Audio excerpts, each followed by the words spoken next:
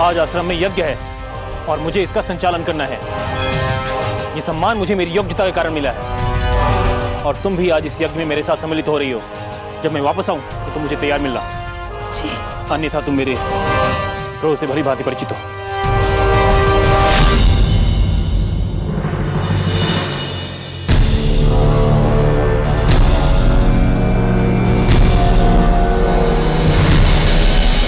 अब देखता हूं ये यज्ञ कैसे पूर्ण होता है।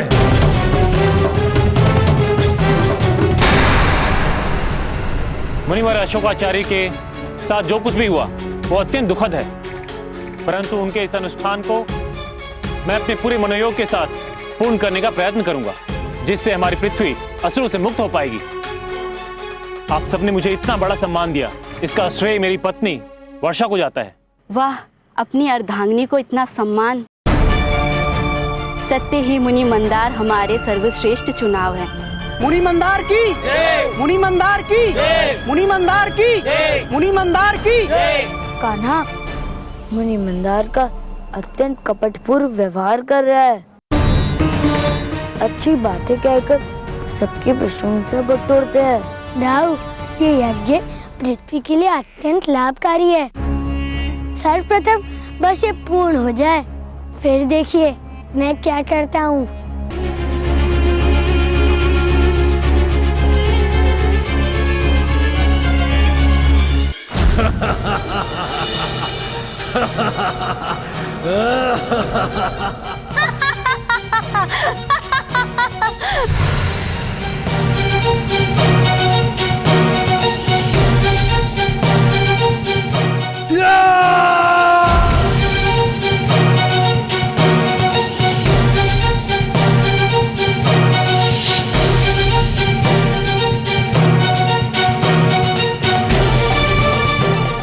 अब देखता हूं ये यज्ञ कैसे पूर्ण होता है।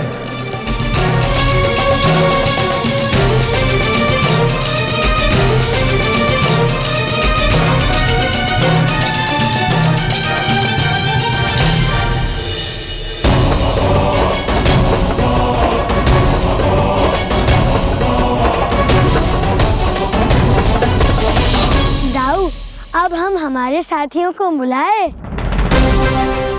वर्षा काकी का न्याय अब हम सब मिलकर करेंगे।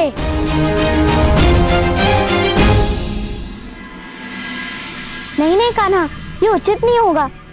नहीं नहीं नहीं राधा, ये कार्य अनुचित नहीं है। हम तो काकी का महत्व उनके पति के समक्ष बढ़ाना चाहते हैं। देखो कान्हा, मैं कह रही हूँ, और यदि तुमने ऐसा कुछ किया तो तुम यशोदा काकी को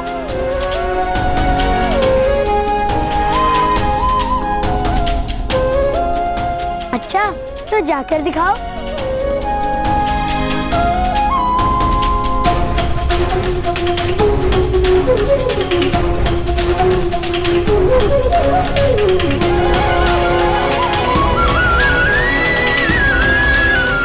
ये क्या, मेरे पाँव क्यों नहीं उठ रहे हैं? मैं चल क्यों नहीं पा रही? राधा, यदि अच्छे कार्य का विरोध करोगी तो ऐसा ही होगा। देखो, मेरी बात मान लो। बोलो, साथ दोगी हमारा?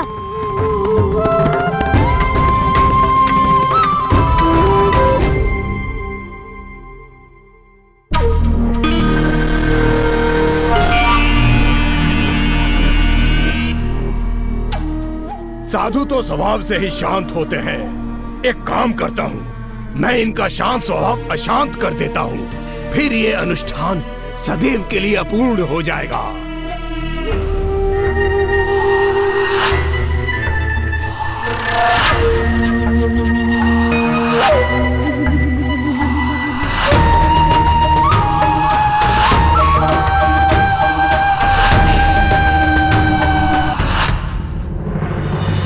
इस यज्ञ में कितना समय लगेगा?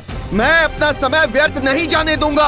यज्ञ शीघ्र संपन्न कीजिए, अब और विलंब नहीं होना चाहिए। सबसे अधिक योग्य मैं हूँ, मैं करूँगा ये यज्ञ। मैं करूँगा, सबसे अधिक योग्य मैं हूँ, मैं यज्ञ करूँगा।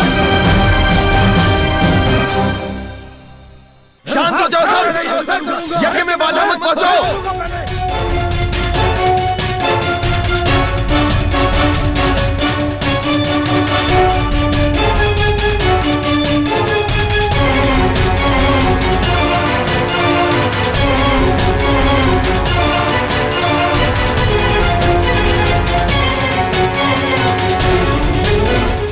आप सबको। ऐसे समय में ऐसा विवाद कदापि उचित नहीं है। हाँ मुनि मंदार, यज्ञ पूर्ण करिए।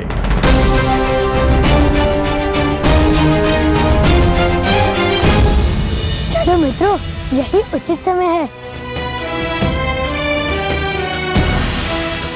हमारी ओर से यज्ञ में चढ़ने वाले चावल तो स्वामी घर पर ही भूल गए। मैं अभी देकर आती हूँ।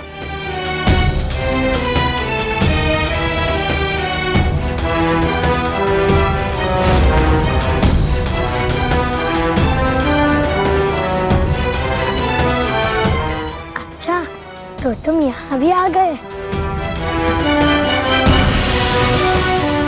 बालकासुर,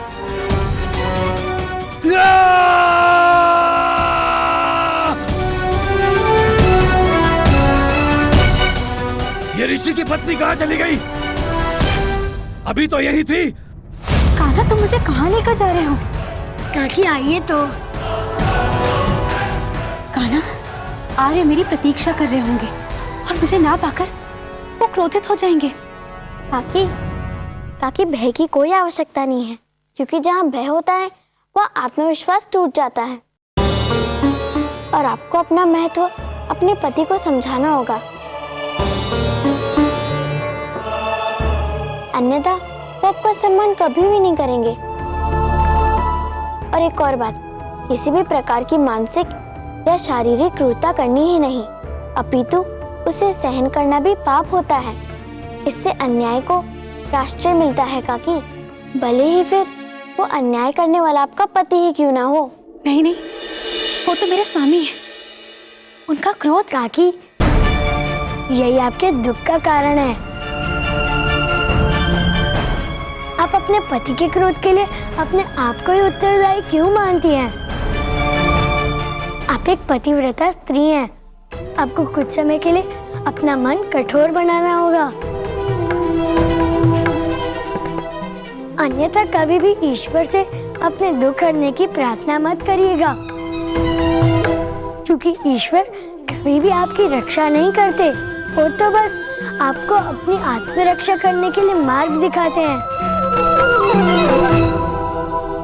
मुनिवर, पूर्णाहुति का समय हो गया है। आप अपनी पत्नी को ले आइए। अवश्य मुनिवर।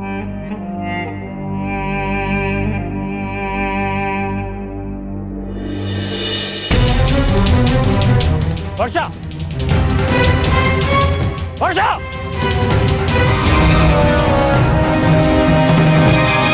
इस प्रकार आपकी भार्या अनुष्ठान को अपूर्ण छोड़कर नहीं जा सकती मंदार मुनि।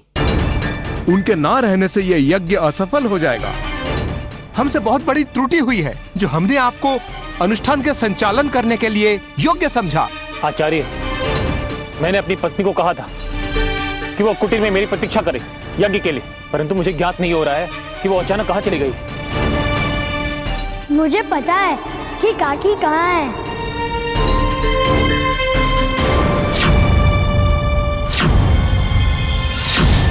कृष्णा, कहाँ है मेरी स्त्री? बेचारी काकी तो आपकी आज्ञा के बिना घर के बाहर एक कदम भी निकालने के लिए भयभीत होती है। वो कहीं नहीं गई मुनिवर, अपितु मैंने उनका अपहरण किया है। उसे यहाँ पे लेके आओ। इस समय उसका यहाँ होना अनिवार्य है। कहाँ है वो इस समय? उसे यहाँ लेके आओ कान्हा। वो तो तब से आपके भय से यहाँ आने की हट कर रही हैं। किंतु उनके यहाँ होने या ना होने से आपको क्या? आप तो उनसे हर प्रकार से श्रेष्ठ हैं। फिर आज भी यह अनुष्ठान अकेले ही सिद्ध करके दिखाइए ना। पूर्ण आहुति के लिए काकी की क्या आवश्यकता है? ये शास्त्रोक्त उचित नहीं है। पूर्ण आहुति पत्नी के साथ ही संपन्न होती है। जिस शस्त्र का पालन करके आप उन्हें इस अनुष्ठान में बिठाना चाहते हैं, वो तो ये भी कहते हैं कि पत्नी पति की अर्धांगी होने के साथ साथ सामान आदर की अधिकारी होती है। यदि शास्त्रों को मानना है तो उनका अनुसरण अपने घर से प्रारंभ कीजिए मुनिवर। परंतु मैं तो अपनी पत्नी का बहुत सम्मान करता हूँ, ये सभी जानते हैं। सबके सामने आप अपनी उज्जवल छवि बनाए रखने के लिए ऐसा कह रहे हैं। इसके विपरीत वास्तव में तो आप उनका अनादर और तिरस्कार करते हैं। तुम मुझे सिखाओगे? शांत हो जाइए मुनिवर। कौन जो भी कह रहा है बिल्कुल उचित कह रहा है। मूर्ख बालकों!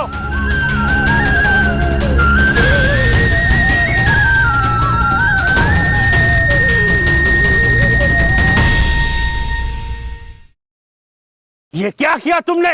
किसी ब्राह्मण स्त्री के अपहरण का अर्थ समझते हो? इस अपराध के लिए मैं तुम्हें भस्म कर दूंगा।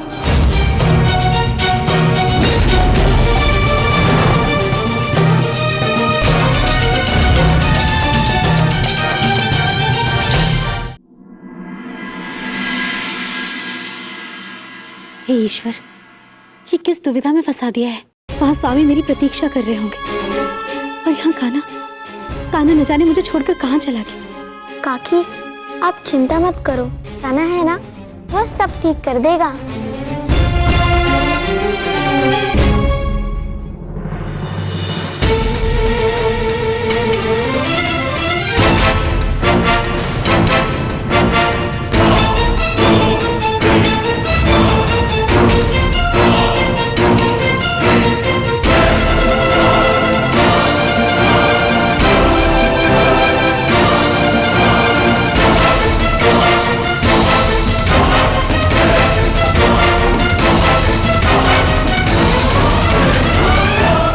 यही है मुनि की पत्नी।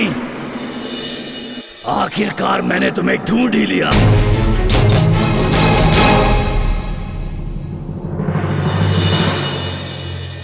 तो कर दीजिए मुझे भस्म।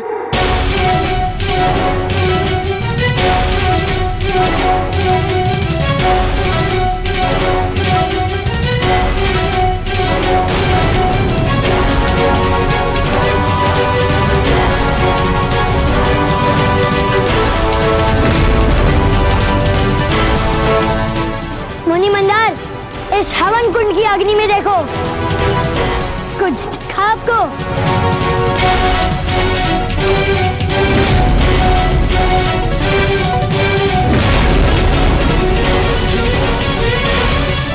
मेरी मृत्यु नहीं। आप अल्पायु थे मुनिवर, किंतु आपके पत्नी के पुण्यों के प्रताप से आप आज तक जीवित हो। जिस पत्नी का आपने इतना तिरस्कार किया, उसने कितने पुण्य की बेल बोई है। आपके जीवन में स्मरण कीजिए। हे श्रीहरि, मेरे स्वामी को दीर्घायु दीजिएगा, उन्हें कभी भी कोई भी संकट न घेरे।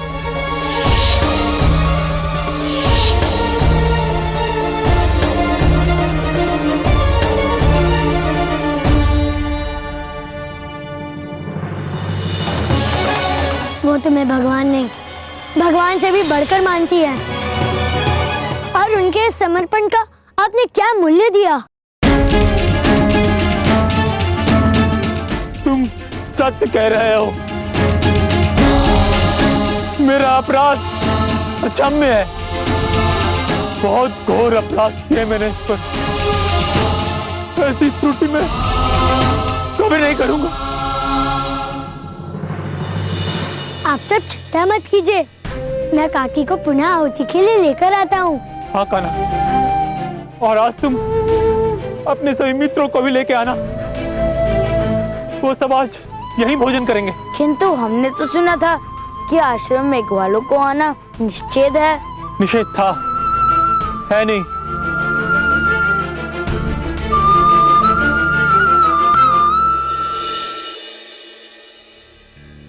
कान्हा, हमारे सारे मित्र यहाँ हैं, किंतु यहाँ कहीं भी काकी नहीं है।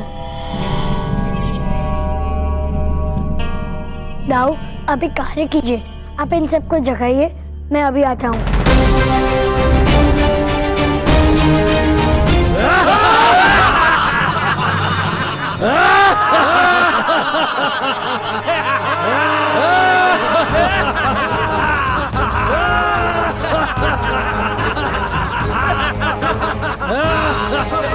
ये किसे ले आए तुम? ये वही ऋषि पत्नी है जो वृंदावन में होने वाले यज्ञ में अपने पति के साथ मिलकर पूर्ण आहुति देने वाली थी। अब यदि ये स्त्री वहां नहीं होगी तो पूर्ण आहुति असंभव और यज्ञ भी असफल हो जाएगा। मैं तुम्हारे अंदर की अच्छाई खा जाऊंगा, फिर तुम स्वयं अपने आप यज्ञ में बैठने से मना कर दोगी और मेरा कार्य अपने आप सफल हो जाएगा।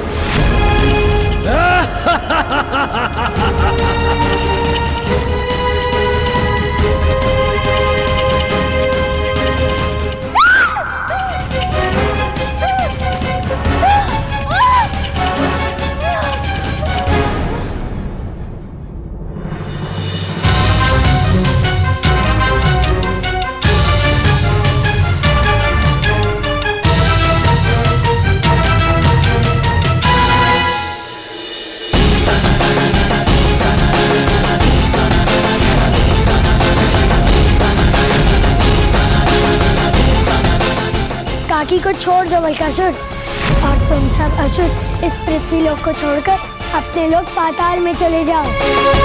पृथ्वी लोक तुम्हारा नहीं है। रुक जाओ, इसका काल मैं हूँ। मैं पृथ्वी नहीं छोड़ सकता, क्योंकि मेरा जन्म ही पृथ्वी लोक पर असुर जाति का विस्तार करने के लिए हुआ है।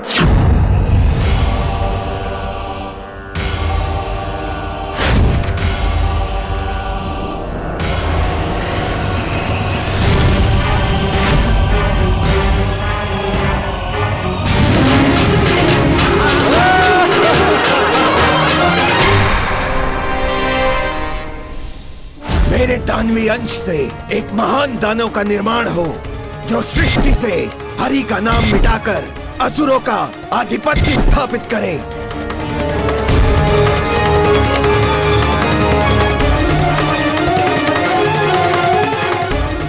तो ये बलकासुर सभी राक्षसों के शरीर से बना है।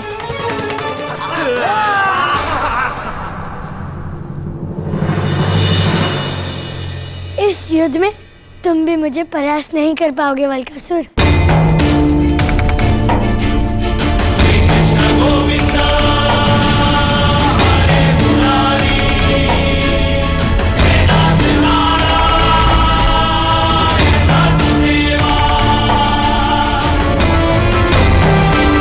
ये तुमने क्या किया? मेरे ही हाथों मेरे असुर का नाश करवा दिया। नहीं, मैं अपनी जाति का नाश सहन नहीं कर सकता। इससे मेरी शक्ति क्षीण बढ़ जाएगी।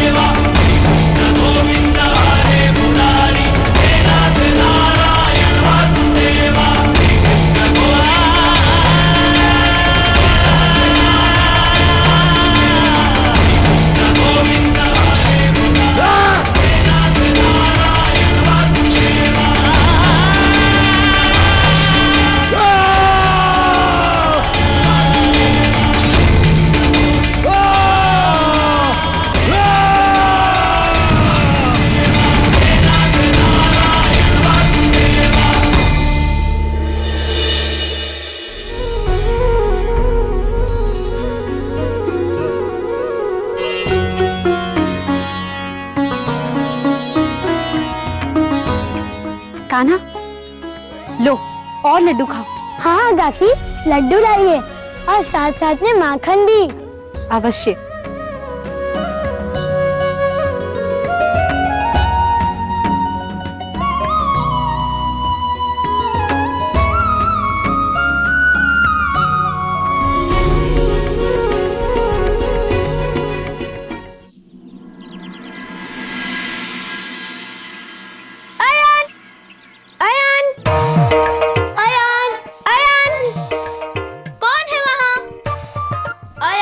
यहाँ पर तो कोई नहीं है, फिर मुझे किसकी ध्वनि सुनाई दे रही है?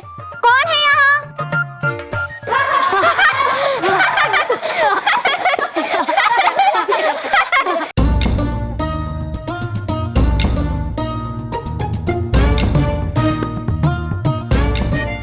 तुम सबने शरारत की थी ना? देखा, होने वाले पति का नाम सुनते ही मुख लज्जे से लाल हो गया राधा का। ऐसा कुछ नहीं है। सही तो कह रही है ललिता। आयन आएगा और राधा को अपने संग ले जाएगा। आर्यन आएगा और राधा को अपने संग ले जाएगा। आर्यन आएगा, राधा को अपने संग ले जाएगा।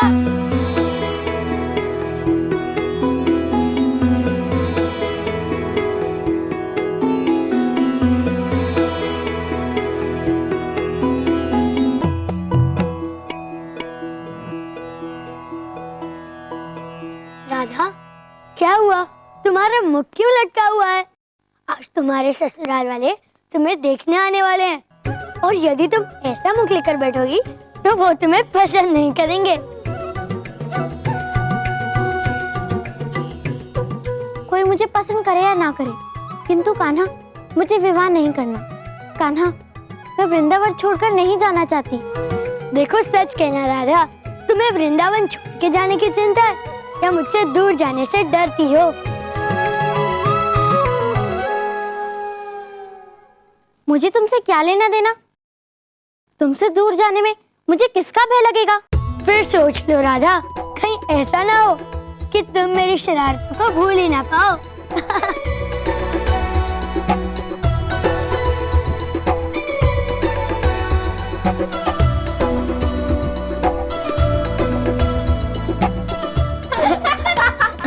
और तुम भी मेरी पिटाई कभी भी नहीं भूल पाओगे। गाना गाना गाना।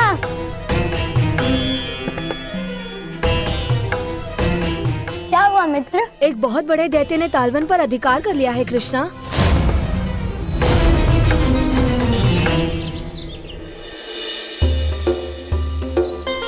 साथियों, तालवन है तो हम आदिवासियों के लिए वरदान है, वरदान। सत्य कह रहे हो भाई।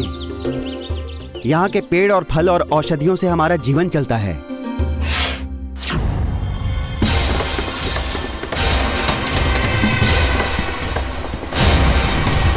बचाओ बचाओ बचाओ, दानव आ गया। बचाओ बचाओ, दानव आ गया। बचाओ बचाओ, दानव आ गया। दानव आ गया।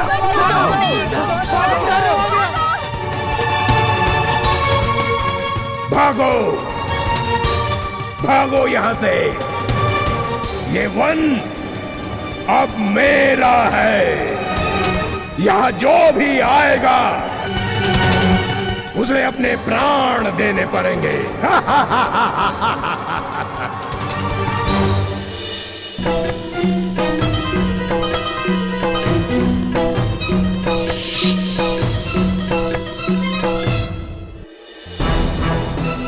सुनो, एक दैत्य ने तालवन पे अपना अधिकार जमा लिया है। इस समय सबसे अधिक समस्या हम गांव वालों के लिए उत्पन्न हो गई है। हम आदिवासी इसी तालवन के आश्रय में वर्षों से रह रहे हैं, क्योंकि गांव में हमारा जीवन निषेध है। इस वन के फल औषधियों से हमारा घर चलता है, किंतु उस दैत्य ने आकर इन सब से हमें वंचित कर दिया है। समझ में नहीं आ रहा है जीविका पार्जन के लिए क्या करेंगे।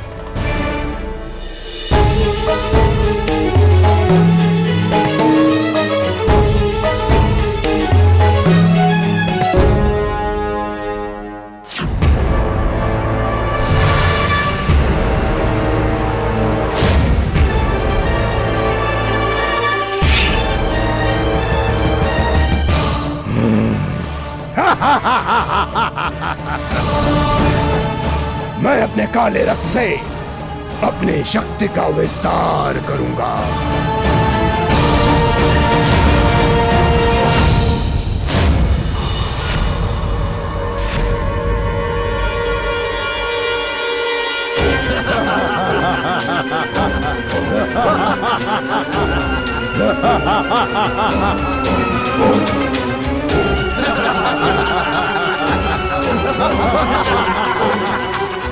तुम सब मेरे आदेश का पालन करोगे, अतः तुम किसी भी प्रकार उस कृष्ण को इस वन में लेकर आओ। जो आज्ञा धेनुकासुर। जाओ।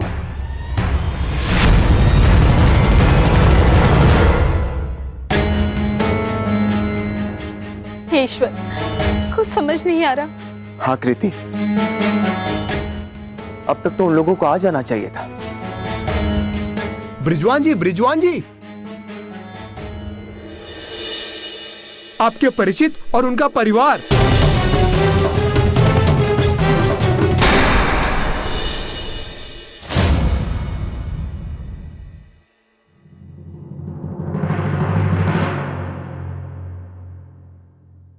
ये दुर्घटना भी आज ही होनी थी। मुझे लगता है कि हमें और प्रतीक्षा नहीं करनी चाहिए। काका, हमें विलंब हो रहा है, हमें जाना होगा। आओ पुत्र, चलिए।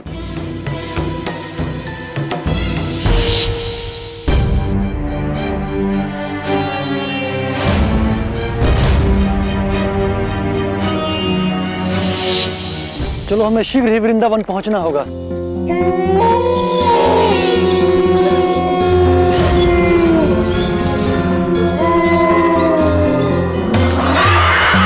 स्वामी, ये कितनी भयानक ध्वनि है।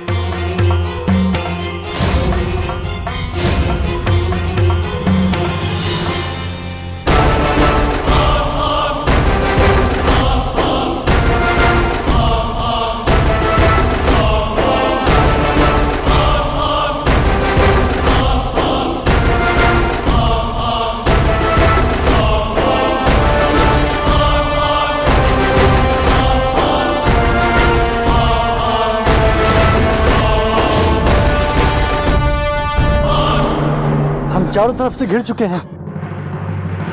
तालवन के असुर ने आदिवासियों की भी बुरी दशा कर दी है।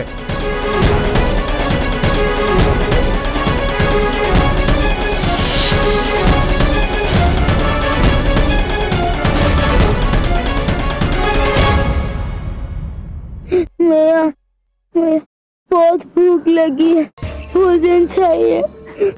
नहीं पुत्र, हमारे पास कुछ भी खाने के लिए नहीं है। नहीं पुत्र, नहीं, मिट्टी नहीं खाते, फेंको इसे। हे ईश्वर, हे ईश्वर, मेरे बच्चे पे दया करो ईश्वर।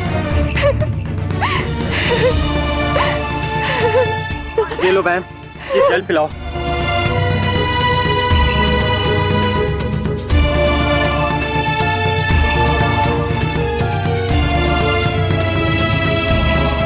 हे ईश्वर, आपका बहुत बहुत धन्यवाद ईश्वर। हमें शीघ्र चलना चाहिए, चलो। चलिए यार, चलो राधा।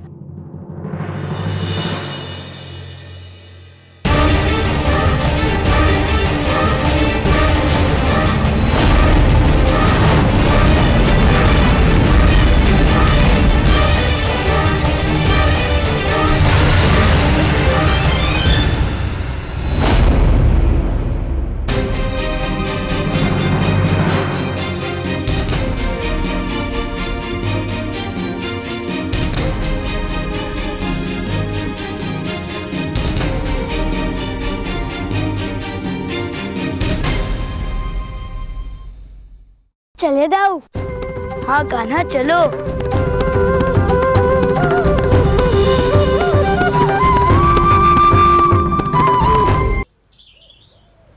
इस वन में आने का परिणाम तुम्हें नहीं पता, सब मारे जाओगे।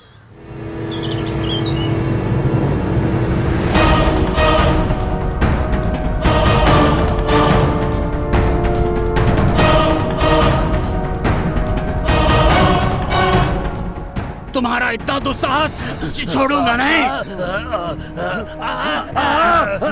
कौन हो तुम? इतना दुस्साहस?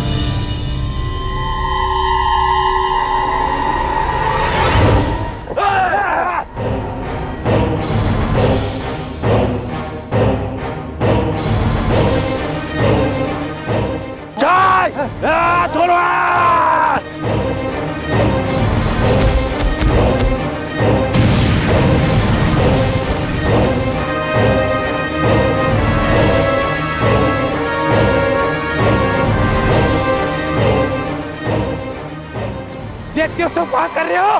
अगर एक बात पकड़ में आ गया तो जीवन नहीं छोड़ूंगा। पहले पकड़ के तो दिखाओ। अरे तुम जैसे डरते हो तो हम उपवास में रुला देते।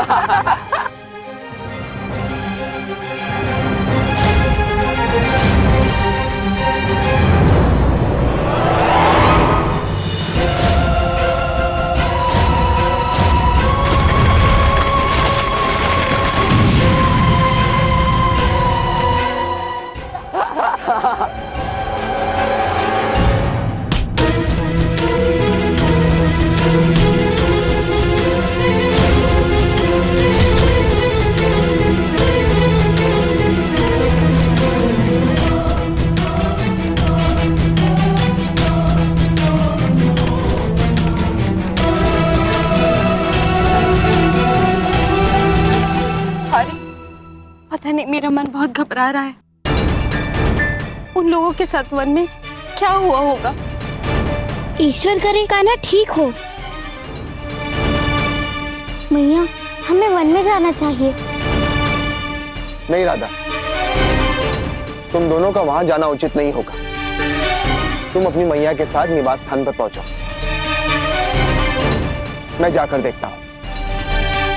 तुम लोग मेरे साथ चलो।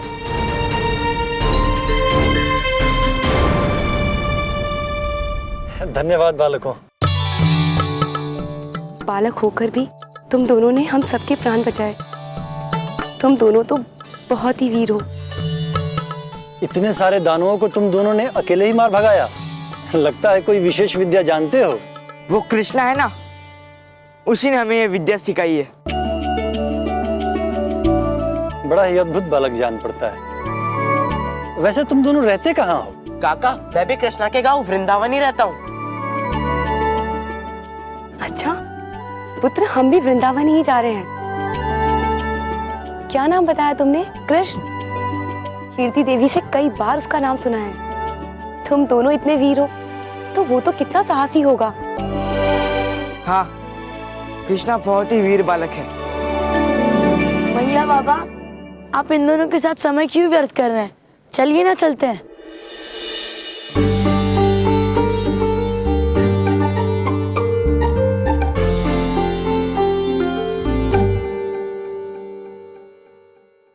कान्हा, युद्ध का उद्देश्य तो पूरा हुआ ही नहीं। धेनुकासुर का अंत कैसे होगा? समय आने पर सब पता चल जाएगा दाऊ। क्या कहा तुमने? तुम्हारी ये दुर्दशा उन बालकों ने की है। मूर्खों, वृंदावन के दो सामान्य बालकों से भयभीत होकर आ गए। स्वामी, उन बालकों ने हमें कुछ भी समझने का अवसर ही नहीं दिया और उन्होंने हमारे शीश पर चढ़कर हमें बहुत मारा। वो साधारण बालक नहीं थे स्वामी।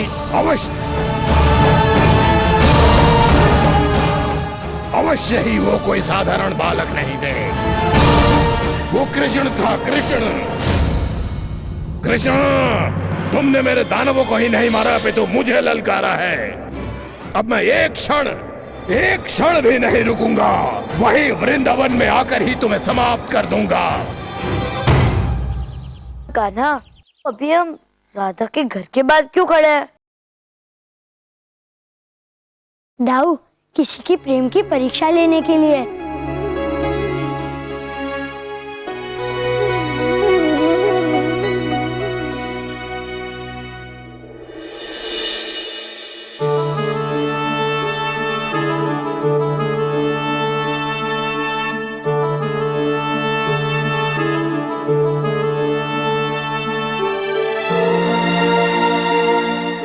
राधा, राधा, कहाँ खो गई हो? विशाखा, पता नहीं, ऐसा लग रहा है कि पीछे कुछ छूट रहा है और मैं उसे छोड़ना भी नहीं चाहती। ना सजने का मन कर रहा है और ना ही संवरने का। क्या छूटा? वो तेरी गुड़िया बिन्नो, उसे तो अपने साथ ही लेकर जाना, अपने ससुराल। तुम दोनों को तो सिर्फ हंसी टिटोली सूझती है।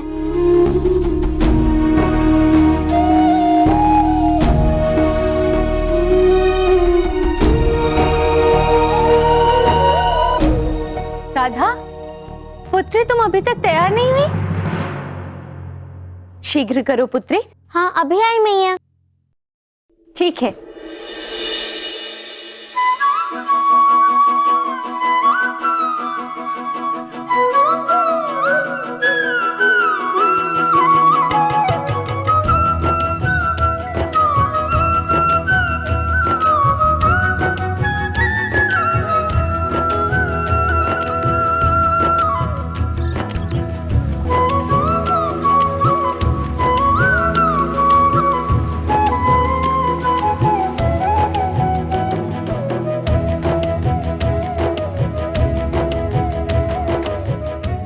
कान्हा, आज तुम बांसुरी बजाना बंद कर दो। क्यों राधा? वैसे तो तुम मुझे हमेशा ही बांसुरी बजाने के लिए कहती हो। फिर आज तुम ही मुझे बांसुरी बजाने से मना कर रही हो? क्यों? कान्हा कहा ना कि बांसुरी बजाना बंद कर दो, क्योंकि जब भी मैं तुम्हारी बांसुरी के स्वर सुनती हूँ मैं सब कुछ भूल जाती हूँ, और मैं आज उन सबके सामने ऐसी त्रुटि नहीं कर सकती। और मैया कहती है ये करो वो करो, और मैं कुछ भी नहीं कर पाती तुम्हारे इस बांसुरी के स्वरों के कारण। राधा, अब तुम ही सोच लो कि तुम्हें मेरी बांसुरी की बात सुननी है या तुम्हारी मैया की। ये निर्णय तुम्हारा है राधा।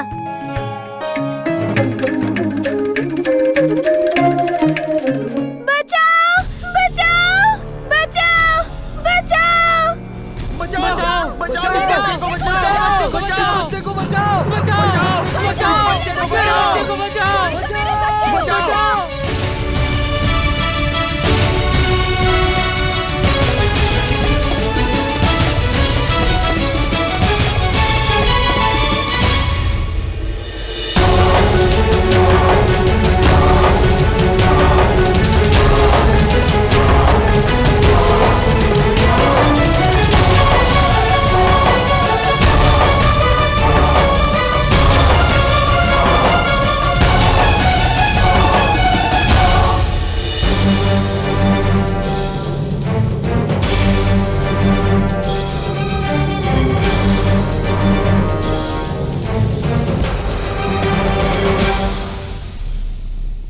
जाओ।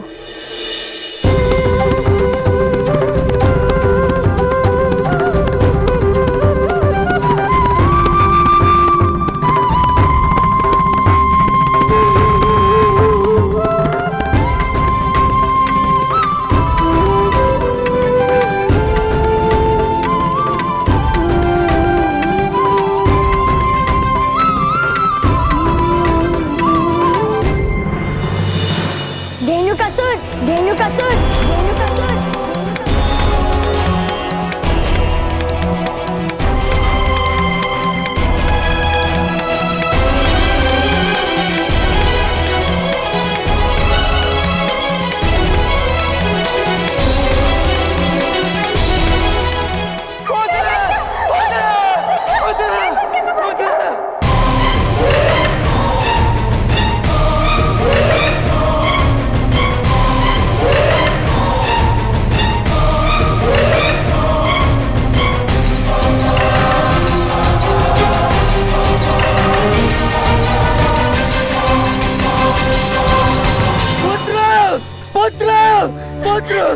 पुत्र, पुत्र, तेरे हट के कारण कितना बड़ा संकट आ जाता। तूने हट की थी ना कि तू उस गधे पे बैठेगा।